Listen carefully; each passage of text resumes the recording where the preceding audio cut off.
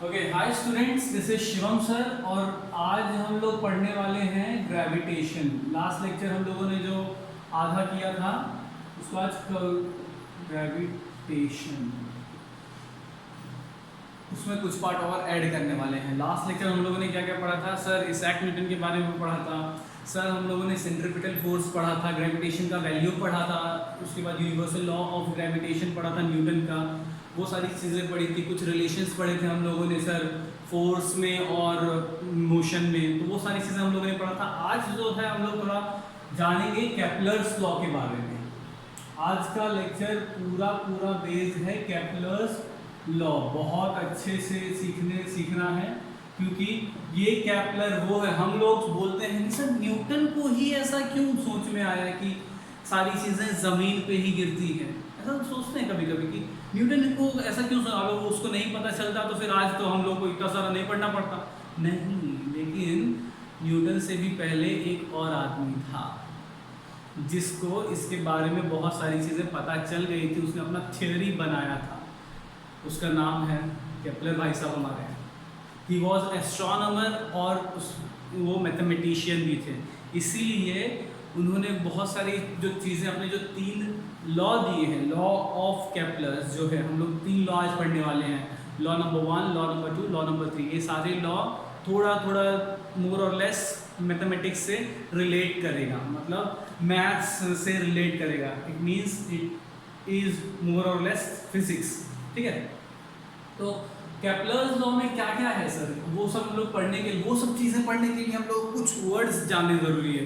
क्योंकि मैं लेक्चर शुरू करूँगा, उसमें वो सारे वर्ड्स बोलूँगा, बाद में तुम लोग कंफ्यूज हो गए, सर ये वर्ड का मतलब क्या है, वो वर्ड का मतलब क्या है। तो पहले हम लोग वो वर्ड का मतलब समझते हैं, जिससे सारा का सारा केपलर लॉ हम लोग को ईजिली फटाफट समझ में आ जाएगा। ठीक है, तो वो वर्ड्स कौन से हैं मैं लिखता हूँ। पहले तो वर्ड है फोकस। फोकस, इसका प्लूरल फॉर्म है फोकाई। ठीक है, सिंगुलर में फोकस है और प्लूरल में फोकाई, याद रखना। ठीक है, बोलना नहीं। उसके बाद है सेकंड मीन डिस्टेंस।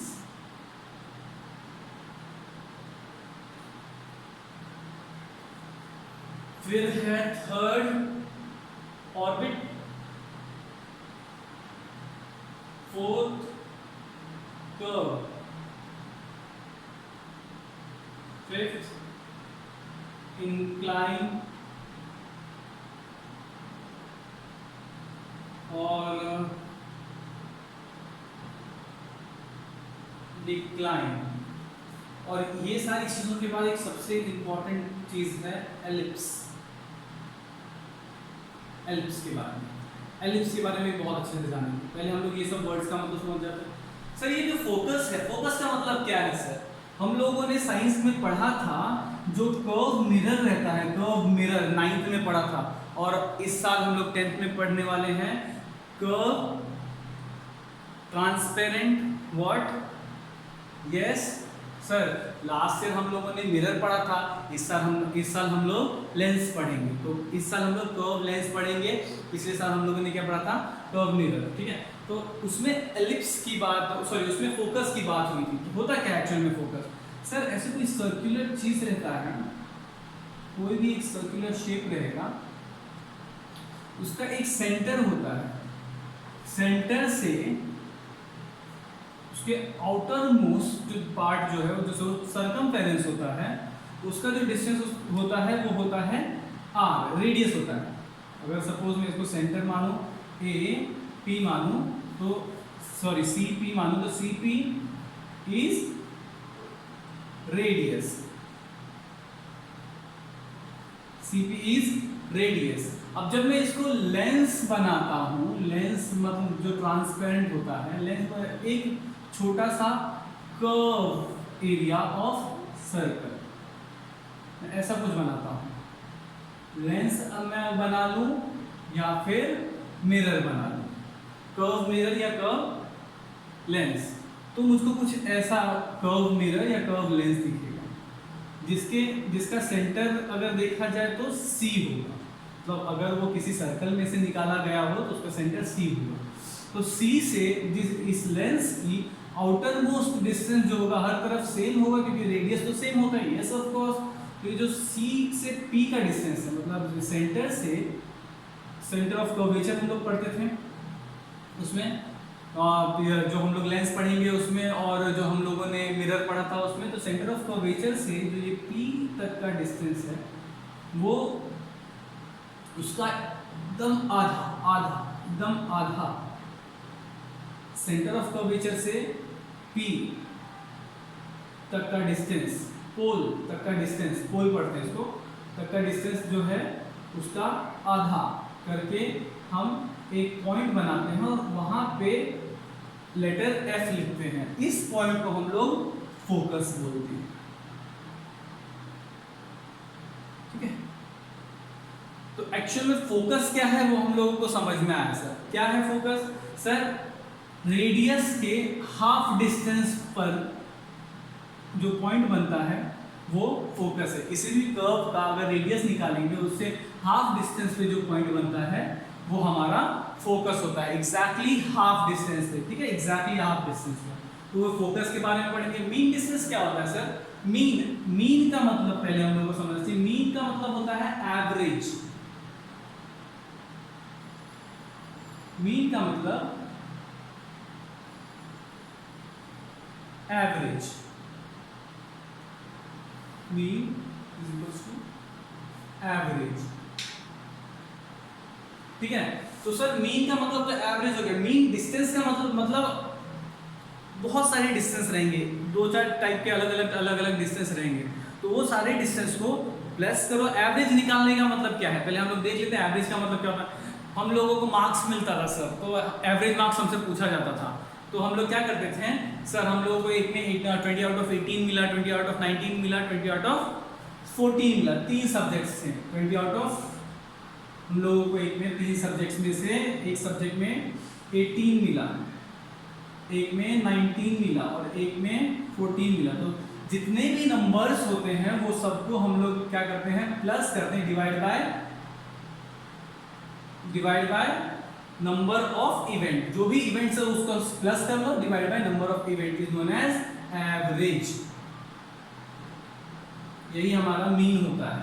तो हम लोगों ने ये सबको प्लस किया, 18 प्लस 19 37 और 14 51 अपॉन 3 एवरेज निकालेंगे तो हमारा आएगा 17। तो इसका एवरेज है 17।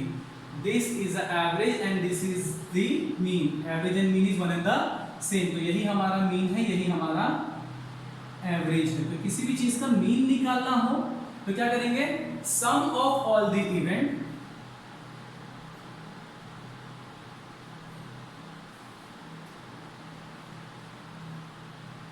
अपॉन कितने नंबर से? नंबर ऑफ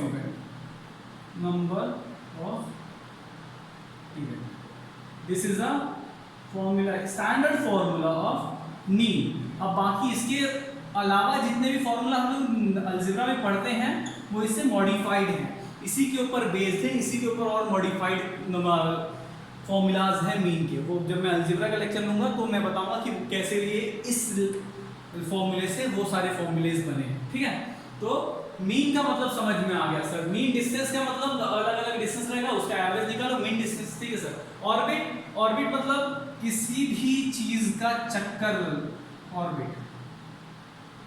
ये मेरा फोकस मैंने बताया,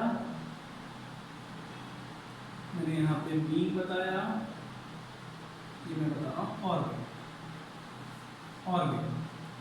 ऑर्बिट मतलब चक्कर लगाना, किसी भी चीज का चक्कर। सपोज एक सेंटर में मैंने कुछ ऑब्जेक्ट रख दिया और उसके आसपास का एरिया है, उधर कोई और चीज चक्कर लगा रहा है, रोटेट रिवॉल्व कर रहा है, तो सर रिवॉल्यूशन कर रहा है जो भी एक पर्टिकुलर ऑब्जेक्ट, किसी एक पर्टिकुलर ऑब्जेक्ट का, तो वो उसका रिवॉल्यूशन कर रहा है, वो एक अपने ऑर्बिट में कर रहा है। What mean by orbit?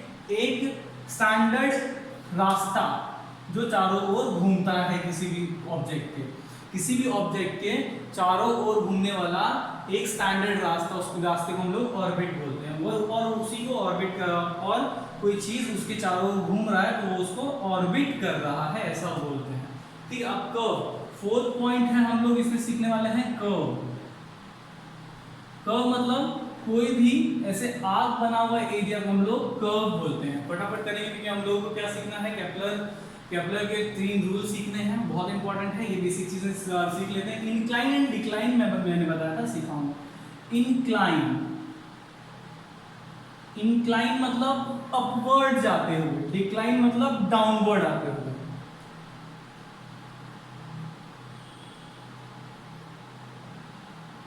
Upward move, upward face. Decline downward.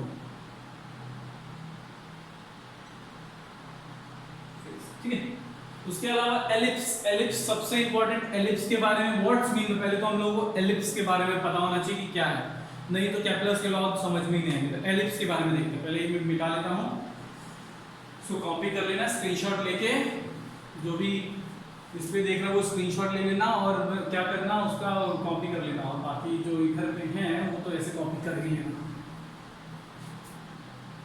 ठीक है, तो हम लोगों ने बहुत सारी चीजें देखा। एलिप्स के बारे में हम लोग देख रहे हैं। एलिप्स क्या होता है सर?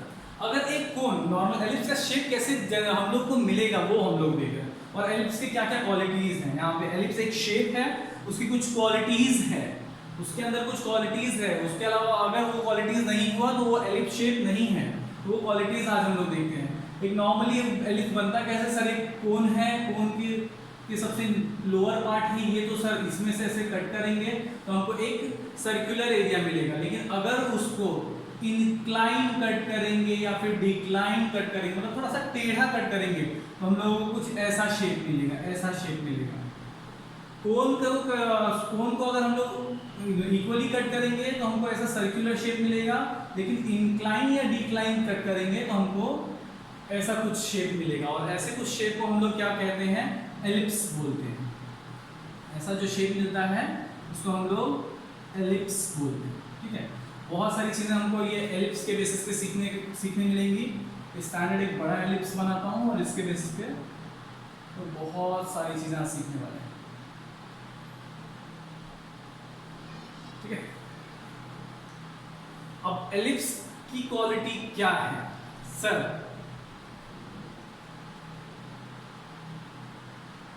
एक एलिप्स का मतलब क्या होता है सर? एक एलिप्स में एक जगह कहीं पे एक फोकस बना है। फोकस पता है? हाँ सर, अगर हम सर्कल बनाए एक नॉर्मल सा कर्व लेके, तो जो सेंटर एरिया पड़ता है उसके, जो सेंटर एरिया पड़ता है उसके, अगर मैं ये सेंटर मान के एक सर्कल बनाऊँ तो मुझे फोकस कहीं पे यहाँ मिलेगा। सेंटर एरिया पड़ता है तो वो जो रेडियस का डिस्टेंस रहता है उससे हाफ जो डिस्टेंस रहता है वो फोकस होता है। तो एक फोकस मैंने यहाँ पे बनाया है और एक प्यारा सा लाइन बना लेता हूँ। इस तरफ से भी फोकस बना गया, इस तरफ से भी एक मैं मान लेता हूँ कि एक फोकस मेरा यहाँ है। फोकस के बारे में हम लोगों को पता है सर, किसी भी चीज़ को पूरा एक सर्कुलर हम लोग अगर बनाएंगे उसका जो रेडियस का पार्ट होता है उसका हाफ जो होता है वो हमारा फोकस होता है। ठीक है, तो हम लोगों ने 2 फोकस बना लिया। अब अगर वो कोई भी चीज़ एक्चुअल में एलिप्स है तो क्या होगा सर? उसकी क्वालिटी क्या है? कोई एक पॉइंट उसके ऑर्बिट पे ले लो, कोई एक पॉइंट ले लो सर, उसके सर्कमफेरेंस पे कोई एक पॉइंट ले लो। अब सपोज मैं इस फोकस का नाम ए और इस फोकस का नाम बी, तो सर एक से ज़्यादा फोकस है मतलब हम इसको फोकाई बोलेंगे। इस फोकस का नाम ए, इस फोकस का नाम बी, एक से ज़्यादा फोकस है इसलिए हम इसे बोलेंगे फोकाई। ठीक है, एक मैंने कहीं पे पॉइंट ले लिया, अब इसको मैं इससे जोड़ देता हूँ और इससे जोड़ देता हूँ। मतलब ये पॉइंट जो मैंने ऑर्बिट पे लिया है इसका नाम मैं दे देता हूँ सी। सपोज मैं ये ए सी का जो वैल्यू है उसको मैं 4 सेंटीमीटर ले लेता हूँ और उसको मैं ये सी बी का वैल्यू ले लेता हूँ 8 सेंटीमीटर। तो A C is equal A C plus C B कितना होगा sir 4 plus 8, 4 plus 8 is equals to 12 हो रहा है सर, ठीक है 12 हो रहा है, वेरी गुड। मतलब sir what do you mean to say, बताना क्या चाहते हैं? मैं एक और चीज़ बनाता हूँ फिर बताता हूँ कि मैं क्या बताना चाह रहा हूँ। अब मैं एक पॉइंट यहाँ पे ले लेता हूँ, इसे इधर जोड़ देता हूँ, इसको इधर जोड़ देता हूँ, इसका डिस्टेंस मैं ले लेता हूँ 3, इसका डिस्टेंस मैं ले लेता हूँ 9। तो इस पॉइंट का नाम मैं ले लेता हूँ D. A D plus D B, A D का वैल्यू 3 प्लस डी बी का वैल्यू 9, कितना हुआ सर?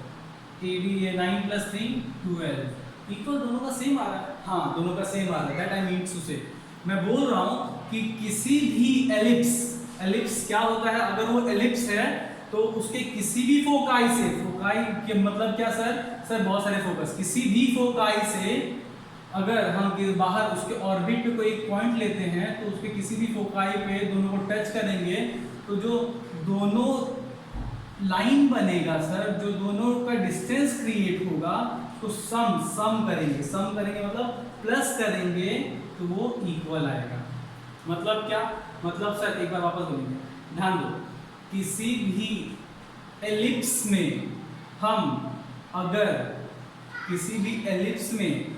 अगर एलिप्स के ऑर्बिट पे कोई एक पॉइंट ले लेते हैं, अगर एलिप्स के ऑर्बिट पे कोई एक पॉइंट लेते हैं तो उसका डिस्टेंस जो दोनों फोकाई है, एक फोकाई और दूसरा फोकाई, दोनों फोकाई के डिस्टेंस को सम कर देंगे तो सेम आएगा। अगर किसी और जगह भी हम लोग कोई और पॉइंट लेंगे तो मतलब जैसे मैंने ये पॉइंट लिया तो ये दोनों को ऐड किया तो 12 आया, तो इधर कोई दूसरा पॉइंट लिया तो ये दोनों को ऐड किया तो भी 12 आया। अगर मैं इधर कोई एक पॉइंट ले लेता ई करके तो भी मैं ये दोनों को ऐड कर लेता तो भी 12 आता। सपोज ये 6 दोनों, ये भी 6 है तो ये दोनों को प्लस करेंगे तो भी 12 ही आएगा।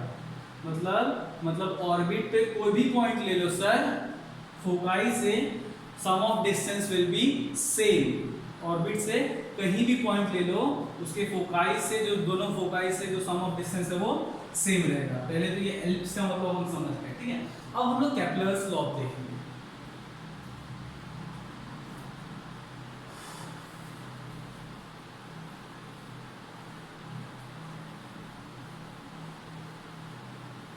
केप्लर भाई हमारे बहुत स्मार्ट, बहुत इंटरेस्टिंग, बहुत इजी चीज है ये हमारा एलिप्स। बहुत इजी। पहले तो केप्लर भाई हमारे बोलते हैं कि कुछ नहीं, ज़्यादा सोचना नहीं है। मैंने बताया था एलिप्स में 2 ऑर्बिट होते हैं, ठीक है, सॉरी 2 फोकाई होते हैं, एक यहाँ एक यहाँ, ठीक है। तो केप्लर हमको कह रहा है कि केप्लर बोल रहा है कि हम प्लैनेटरी मोशन के बारे में बात करेंगे।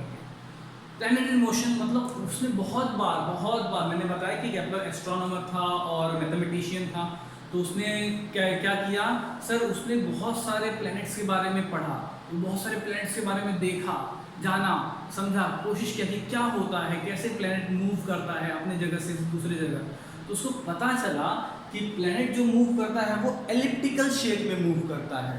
कहीं भी एक जगह पे सन को रख दो, कहीं भी एक जगह पे सन को रख दो, और वो कौन सा एक जगह है सर, किसी भी एक फोकाई पर।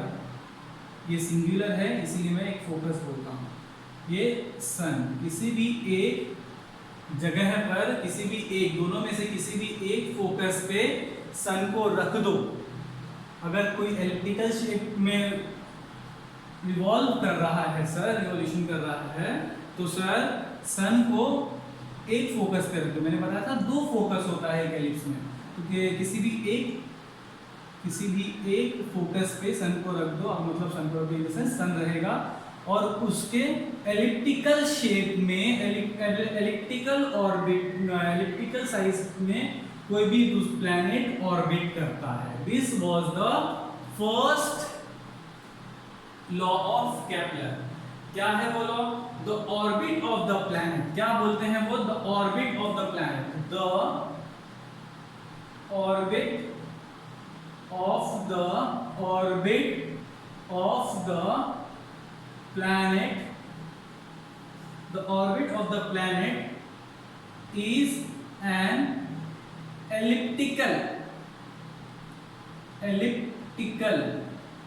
elliptical with at sun at one foci. तो दोनों में से किसी भी एक फोकाई पे अगर सन रहेगा तो प्लैनेट उसके एलिप्टिकल एरिया में ऑर्बिट करेगी। This was the first law of Kepler. That's it, simple. Elliptical orbit में एलिप्टिकल रास्ते पे ऑर्बिट करेगा कौन? प्लैनेट। किसके? अगर कोई सन एक फोकाई पे रहेगा तो दैट्स इट, यही है। सेकंड लॉ क्या बोलता है सर? सेकंड लॉ क्या बोलता है? सेकेंड लॉ बोलता है कि अगर सर कोई भी प्लैनेट है और सन, जैसे आपने बताया सर, सन किसी एक फोकाई पे, तो मैं सपोज यहाँ पे प्लैनेट बनाता हूँ और ये प्लैनेट को यहाँ से यहाँ तक जाने में, यहाँ से यहाँ तक जाने में उसे लग गया सपोज 10 मिनट्स, सपोज मैं बोलता 10 डेज, ठीक है। यहाँ से यहाँ तक जाने में 10 डेज लग गया। तो ये प्लैनेट यहाँ पे था, एक प्लैनेट। अगर मैं एंगल बनाऊं तो यहाँ ये सन है, सन से एक लाइन बनाया डिस्टेंस का, तो प्लैनेट यहाँ पे है। अब वहाँ से थोड़ा सा आगे पहुँचा जहाँ 10 दिन बाद, तो एक और लाइन बनाया तो मैंने, यहाँ पे वो दूसरा प्लैनेट आ गया, ठीक है। वही प्लैनेट यहाँ पे है, वही प्लैनेट आया तो पूरा घूम के और यहाँ पे पहुँचा, और यहाँ से उसे यहाँ तक पहुँचने में भी लग गया 10 डेज। और सेम प्लैनेट यहाँ पे है, यहाँ से यहाँ पहुँचने में भी उसे लग गया 10 डेज। तो यहाँ से भी मैं एक एंगल जैसा बना लेता हूँ, यहाँ से भी मैं एक एंगल जैसा बना लेता हूँ। तो सर आप बोलना क्या चाहते हैं? इसमें भी 10 डेज लगा, इसमें भी 10 डेज लगा, इसमें भी 10 डेज लगा सपोज।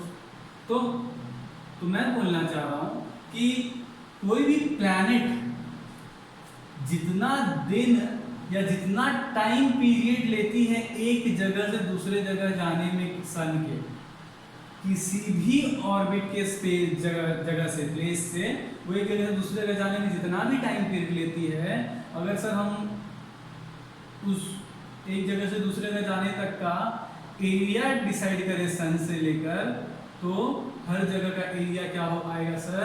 सेम आएगा।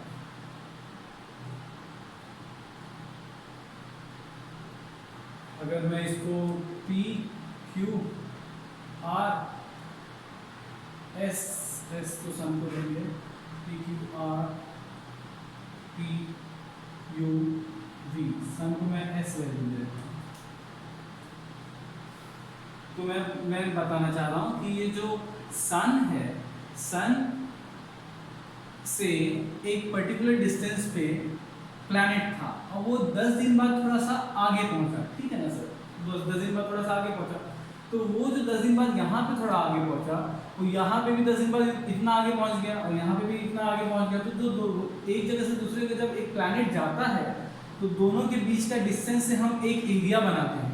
वो जो एरिया बनाते हैं, ये एरिया किसी और एरिया के इक्वल रहेगा जब टाइम इंटरवल इक्वल रहेगा।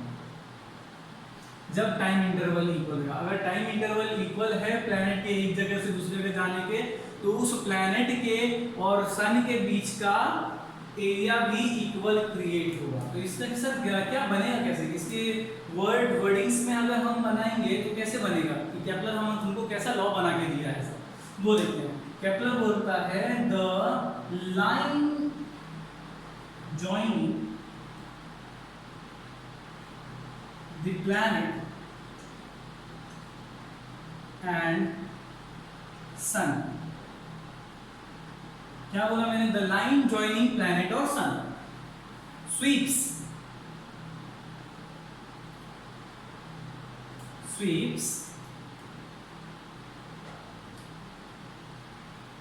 Area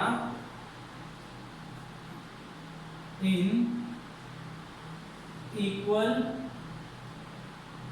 interval of time. तो सर क्या बताया सर आपने, आप बताएं the line joining the planet and sun, the line joining the planet and sun वो sweeps the area, equal area create करती है, इक्वल एरिया क्रिएट करती है अगर इक्वल इंटरवल ऑफ टाइम में उसने डिस्टेंस कवर किया है। तो सर कितने लोग सोचेंगे यहाँ पे सर ज़्यादा डिस्टेंस दिख रहा है, वो भी 10 दिन में, इधर कम डिस्टेंस है वो भी 10 दिन में, इधर सबसे कम है वो भी 10 दिन में।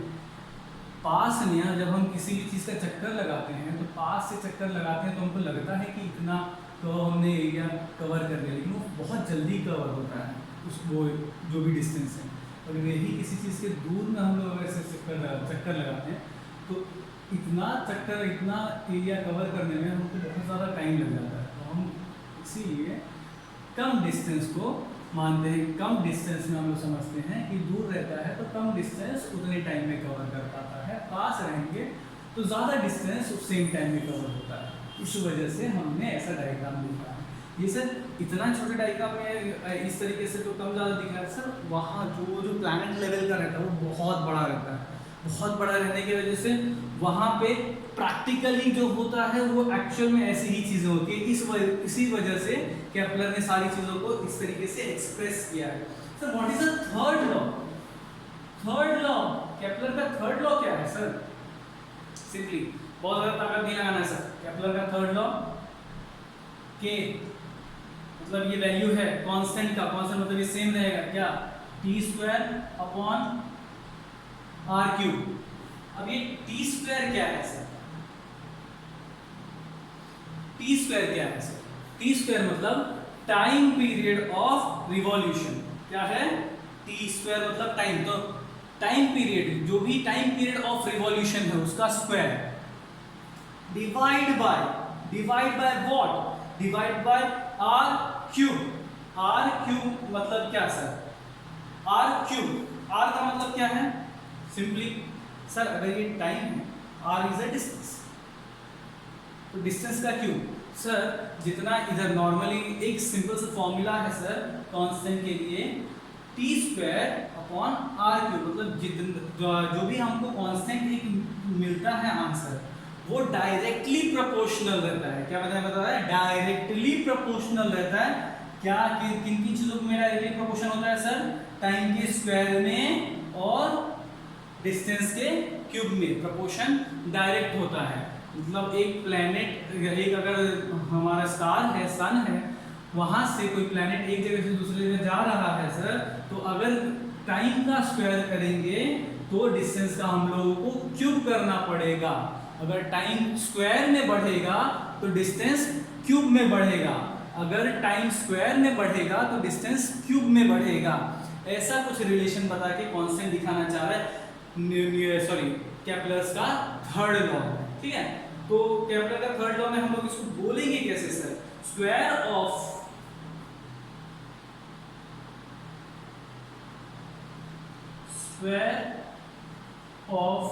The period of revolution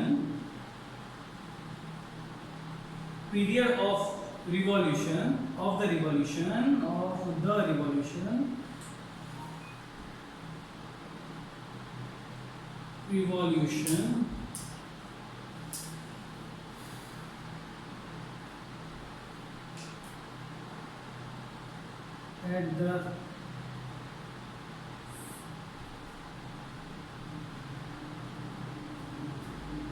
sun is directly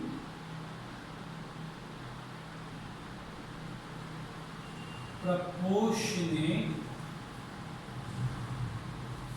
to directly proportionate to distance cube of the distance, cube of the distance